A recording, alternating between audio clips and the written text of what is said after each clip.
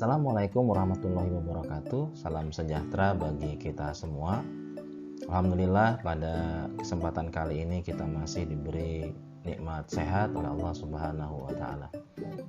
Baik, pada kesempatan kali ini saya akan membahas mengenai pengimbasan AKM 2021. Apa dan seperti apa AKM tersebut? Mari kita simak sajian video berikut. Latar belakang dan kebijakan asesmen nasional. Hasil PISA tahun 2018, sekitar 70% siswa memiliki kompetensi literasi membaca di bawah minimum. Sama halnya dengan keterampilan matematika dan sains. 71% siswa berada di bawah kompetensi minimum untuk matematika dan 60% siswa di bawah kompetensi minimum untuk keterampilan sains. Skor PISA Indonesia stagnan dalam 10 sampai 15 tahun terakhir. Oleh sebab itulah kemudian di zaman Mas Menteri pada saat ini mengusulkan agar segera kemudian program AKM dilaksanakan sebagai ganti dari ujian nasional yang ditiadakan. Apa sih pentingnya asesmen nasional? Maka kecakapan hidup abad 21 ini adalah salah satu hal yang terpenting dalam melihat dan melacak bagaimana kemudian sekolah mampu mendidik peserta didik agar bisa cakap dalam menghadapi abad 21, yaitu terdiri atas kecakapan belajar dan berinovasi, sehingga peserta didik itu tidak secara tradisional hanya membaca atau kemudian belajar, namun kemudian mampu untuk berinovasi dari tingkatan dasar sampai dengan perguruan tinggi. Kemudian salah satu kecakapannya yang kedua adalah kecakapan menggunakan teknologi informasi. Dengan masa pandemi seperti ini, maka kita pun dari kalangan generasi X sampai dengan generasi Z itu pun dipaksa untuk melakukan akselerasi dalam menggunakan gadget dan aplikasi yang dulunya kita anggap sepele, namun pada hari ini luar biasa. Kita pun sangat tergantung dengan aplikasi-aplikasi dan gadget atau gawai yang ada pada saat ini. Kemudian yang ketiga adalah kecakapan hidup untuk bekerja dan berkontribusi pada masyarakat. Maka dua hal dalam kecakapan hidup abad 21, baik itu kecakapan belajar dan berinovasi maupun kecakapan menggunakan teknologi informasi, itu tidak akan ada manfaatnya ketika kita atau peserta didik kita tidak memiliki kecakapan hidup untuk bekerja dan berkontribusi pada masyarakat. Inilah kemudian yang menjadi output dari kecakapan hidup abad 21 yang diinginkan oleh desain pendidikan yang ada di Indonesia pada saat ini. Kemudian AKM itu pun diharapkan mampu untuk membentuk profil pelajar Pancasila. Apa saja? Yang pertama ialah menjadikan peserta didik itu beriman, bertakwa kepada Tuhan Yang Maha Esa dan berakhlak mulia. Maka tidak akan diterima kemudian di negeri ini jika ada kemudian peserta didik itu yang berpaham tidak percaya dengan adanya Tuhan. Ya, maka kemudian inilah yang harus ditanamkan. Ketika ia sudah bertakwa, beriman kepada Tuhan Yang Maha Esa, maka akan menjadikan mereka itu berakhlak mulia dan mereka akan selalu menganggap bahwa mereka itu selalu diawasi oleh Tuhan Yang Maha Esa. Yang kedua adalah mandiri, yaitu mereka mampu untuk melakukan sesuatu dengan kemandirian mereka, sehingga ditempatkan di medan apapun, sesulit apapun, mereka mampu menyelesaikan permasalahan yang ada. Selanjutnya bernalar kritis, sehingga peserta didik itu tidak hanya menjadi bebek saja yang mau membeo kepada siapa yang kemudian didengar, tapi kemudian siapa yang menyampaikan sesuatu maka akan ditelaah dengan kritis, dan ketika itu tidak sesuai dengan logika dan merugikan masyarakat, maka ia kemudian mampu untuk bernalar dan kemudian memutuskan apa langkah terbaik dalam memberikan keputusan tersebut. Selanjutnya kreatif, maka peserta didik itu dengan profil pelajar Pancasila ia harus memiliki kreativitas yang tinggi. Bukankah kemudian pemerintah itu membuat satu kementerian yang bernama Kementerian Kreatif.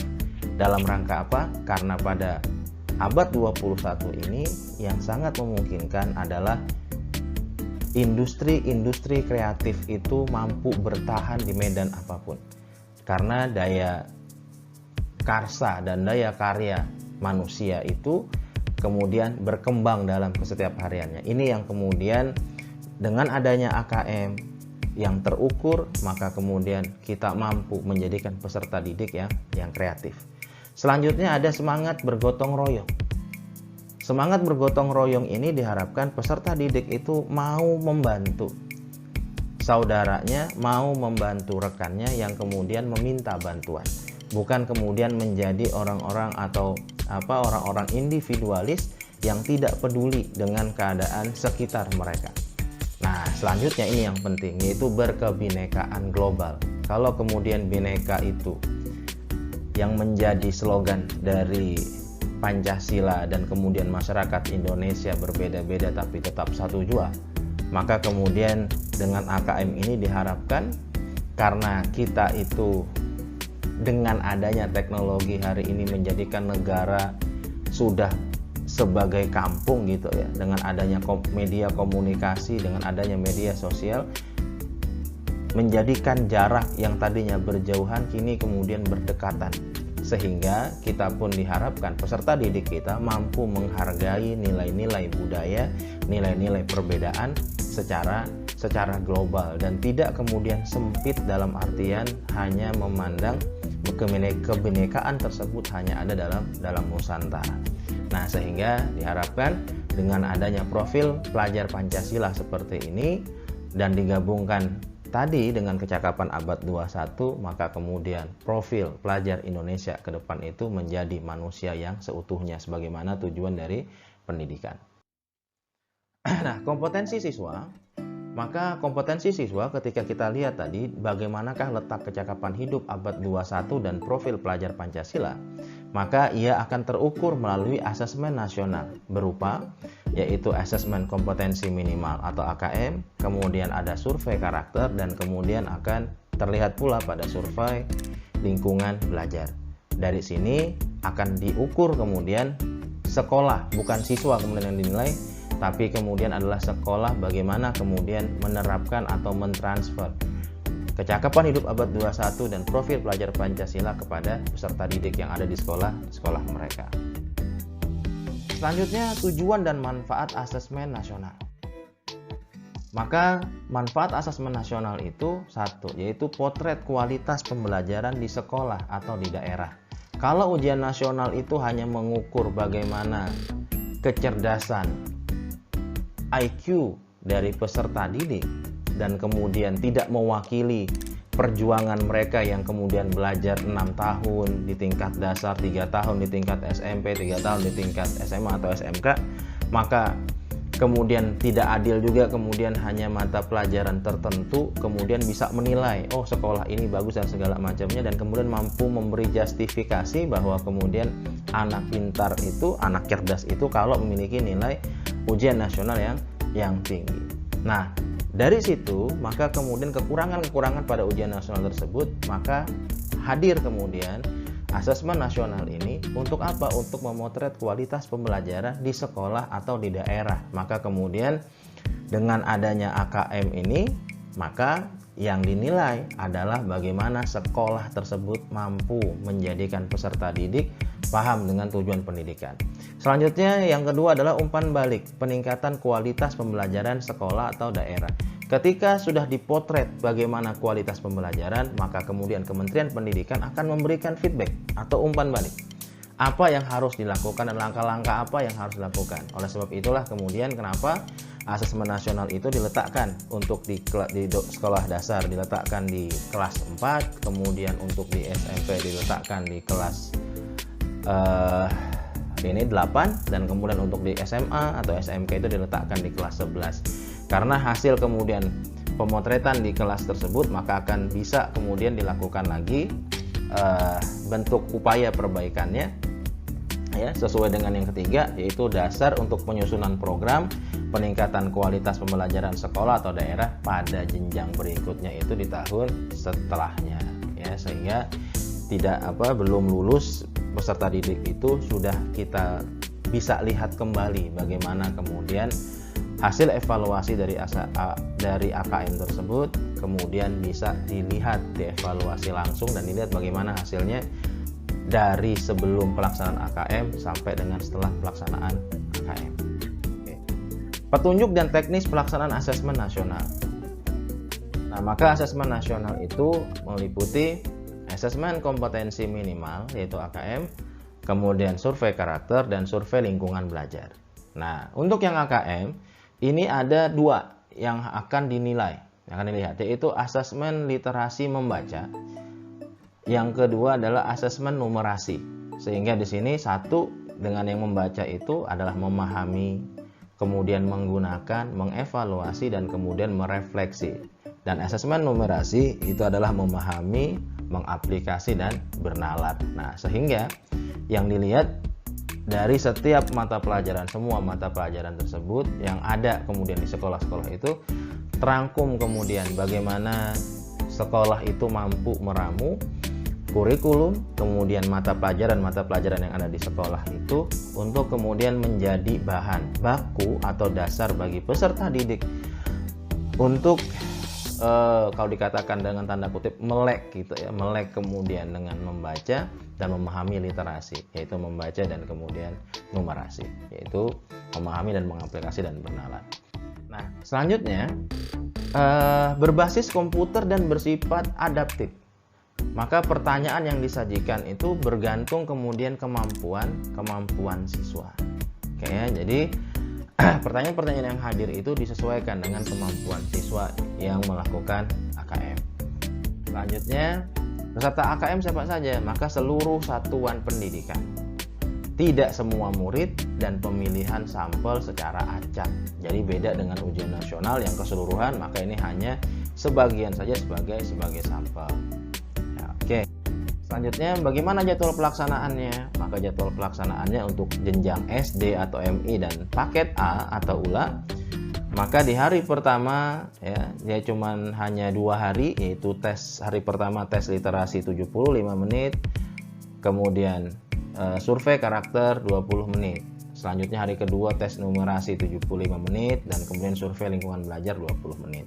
Sementara tingkat atau jenjang SMP, MTS dan paket B, Wusto, kemudian SMA, SMK, MA dan paket C atau Ulia, maka hari pertama tes literasi 90 menit, kemudian survei karakter 30 menit. Hari kedua tes numerasi 90 menit dan survei lingkungan belajar 30 menit.